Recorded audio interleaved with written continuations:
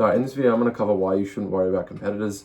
It doesn't really matter what niche you're in. If you're struggling with this, it really sucks because it stops you from doing all the work you need to do to actually land clients consistently. So the first thing I see, and I did myself personally when it came to like worrying about saturation and competition, was like looking at ultra like monk mode style YouTube videos of people in my niche, or people on Twitter or Instagram showing off essentially like that they're always working, they're always disciplined, and like they're at this stage essentially ahead of me, where they're making 30, 40, 50 grand a month, or some of them making even multi seven figures.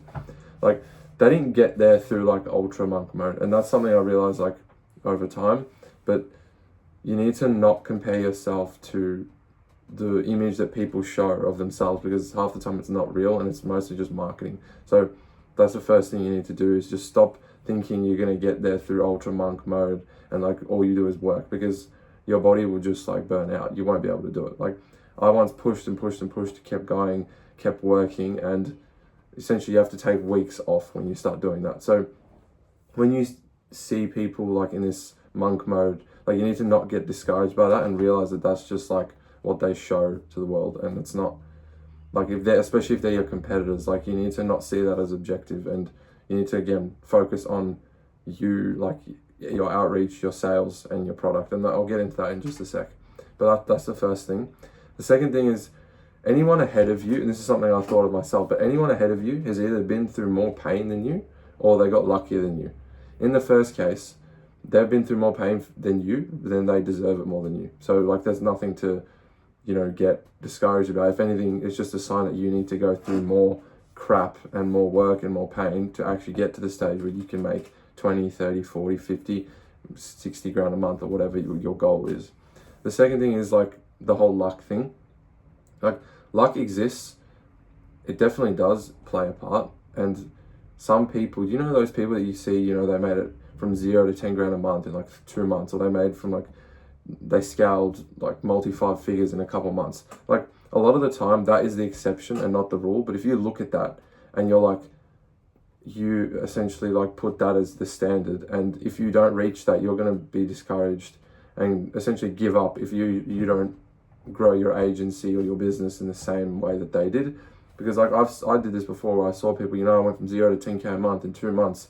Like those are the exceptions, and those people got lucky. I'm not saying like they don't deserve it, because you obviously have to do the work, but comparing yourself to someone who got luckier than you and is on essentially this side of the bell curve a bit more in terms of how quickly they could get there, it's actually crucial that you do not compare yourself to that, because it's going to mess everything up, and you'll think you're not doing enough work. You'll think that, it's all too hard, or I need to do it as quickly as they could, or I'm not like good enough. Like all of that crap, you just got to stop doing that. And really that goes back to what I just said before about focusing on what you can control in terms of, consistent inputs, in terms of, sending outreach, making content, taking sales calls, improving its sales, improving like your service delivery, like focusing on actually your business instead of all these surroundings that essentially other people weren't even in control of. Like if they've been through more pain, then they deserve it more than you. So that's as simple as that. But with the luck one, that's just nothing to worry about, and you need to just forget about it. The point kind of links to that one, but nothing about like your competition is like special or like compared to you. You need to like see that in a completely different way. Like I know this personally, and I'm not sure like if you do this, but I used to like look at my competitors and think, oh, what do they have that I don't, or how are they doing this and I can't, especially like in the early stages. And the problem with that is you think you need some special tactic or some special, copy or funnel, or you need to be in some special niche, or you need to offer something, so new, or like some blue ocean strategy. And the reality is it just doesn't work like that. Like I used to think exactly what I just mentioned, but the reality is no one is really more special than you. It just comes down to they put more work in than you. They're in a better niche than you, which I will cover in a sec, how to make sure you're in, a decent niche, a growing market, because that is one thing that you definitely need to make sure you're doing. But yeah, that's the most important thing when it comes to comparing yourself, is to not think that there's some special tactic that they have that you don't have access to. So that's that. the other thing is like you will beat your competitors over time as long as you focus on getting appointments, closing them, and actually delivering a really good service. Because like a lot of people, when they get to, 10, 20, 30, they get to even 100K a month, like they settle down and they don't keep growing because they're like comfortable. And so as long as you keep growing and you're constantly improving your like service delivery, essentially who's going to win in the end is whoever has the best product. Because like all the marketing and all the appointment booking, like that's just how to get the clients. But like if you've got a terrible service, it won't matter. And a lot of people in this space, like they have really good marketing, but their service isn't that great, and like they make a lot of money in the short term, but over a long period of time, a person that focuses on the product will actually beat them. And so that's what I'm thinking about when I'm in the agency niche. I know there's a lot of competition here, but as time goes on, I'm going to continue growing and I'm going to improve my product. I'm going to make a product that can compete or even be better with a lot of the services, products in this space. And so there's nothing to worry about. And it's really just a time thing. There's nothing you can do to just beat your competition like quickly. It just doesn't exist.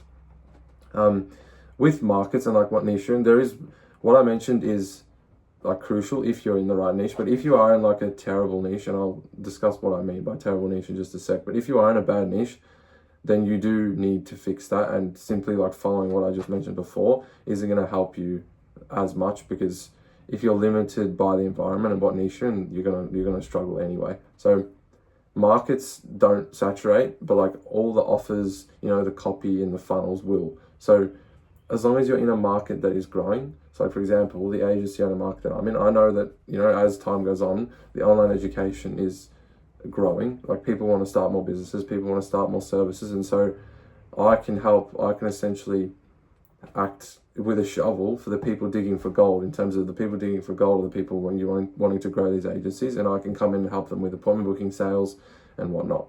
And I know that market's growing, and the fact that there is competition in that market and that is really saturated is actually a good thing, because it means it works. Like it means if you're good enough, you can steal enough of the market share to, scale to 6, multi-6, 7 figures. If you're in a market that's like too small or it's not growing, like I'm trying to think of some niches, but if you're in a niche that's like smaller than, it doesn't have like, 30,000, 50,000 people in it, like it's gonna be very hard to grow into that market and actually sign clients consistently. And this is the other thing with like, you need to be able to make sure you can target whatever niche you're in. And for most niches, that's fine, because you cold DM, cold email.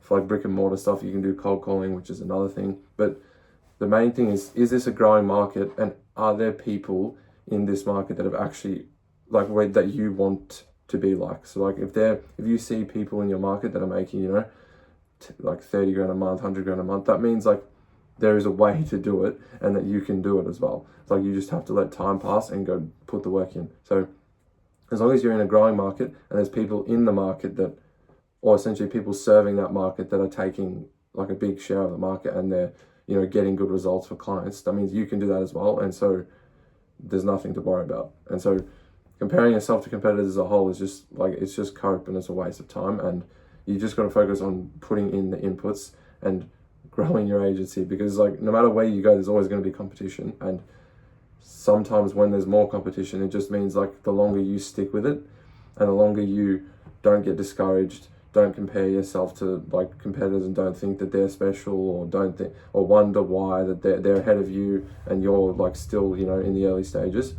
The longer you do that, like the harder it's going to be. So you just have to not do that and focus on getting the appointments, closing them, and just delivering a good product as well. Like whether it's a done for you service, whether you're doing something done with you consulting, it really doesn't matter. But those are the main things. So yeah, this video is just to get you to stop worrying about competitors and just stick to what actually you can control in terms of actually growing your agency. Because like I said, as long as the market's growing and there's people in the niche that have made it work, you can make it work. And so yeah, that's all I really wanted to cover here. So cheers.